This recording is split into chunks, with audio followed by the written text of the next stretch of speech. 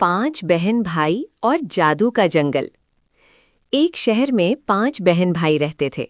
सबसे बड़ा उसामा था, समझदार, हिम्मत वाला और सबका प्रोटेक्टर।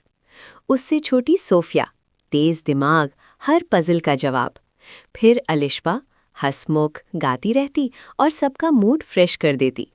और सबसे छोटे 2 अली और कायनात, शरारती, मासूम और हर वक्त वाव करने वाले।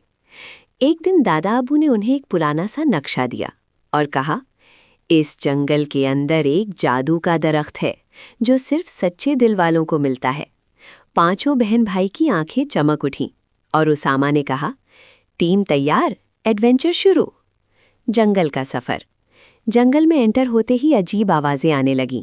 अली डर के कायनात का हाथ पकड़कर बोला, अगर डायनासोर आ गया तो? कायनात बोली, तो सेल्फी लेंगे। थोड़ी दूर जाकर उन्हें बोलने वाला तोता मिला।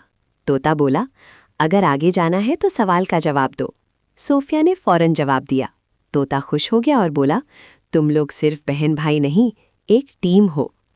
आखिर वो जादू का दरख्त मिल गया, लेकिन दरख्त ने कहा, तुम्हें कोई खजाना नहीं मिलेगा जब तक तुम अपनी सबसे बड़ी ताकत ना बताओ।